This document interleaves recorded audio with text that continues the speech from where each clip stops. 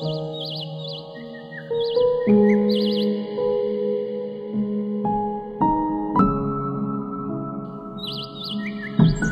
আমরা আছি কিশোরগঞ্জ জেলার পাকুন্দে উপজেলার পাকুন্দে পৌরসভার মঙ্গলবাড়িয়া গ্রামে। যে গ্রামটা সাধারণত লিচুর গ্রাম হিসেবে সকলের কাছে পরিচিত। সারা বাংলাদেশে এই মঙ্গলবাড়িয়া লিচুর কিন্তু আলাদা একটা কদর রয়েছে। সেজন্য আমরা গিয়েছিলাম মঙ্গলবাড়িয়া গ্রামে লিচুর আপডেট সম্পর্কে আপনাদের ধারণা দেওয়ার জন্য।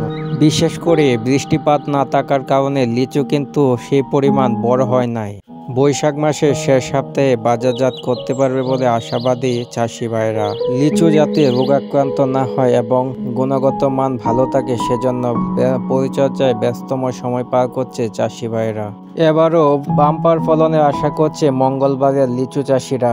তো দর্শক, আমাদের সাথে থাকুন এবং আপনাদের পুরো মঙ্গলবারের যে বাগানটা আছে লিচু বাগান সেটা আপনাদের ঘুরে দেখাবো। আপনারা আমাদের সাথে থাকুন, সম্পূর্ণ ভিডিওটা দেখার আহ্বান রইল।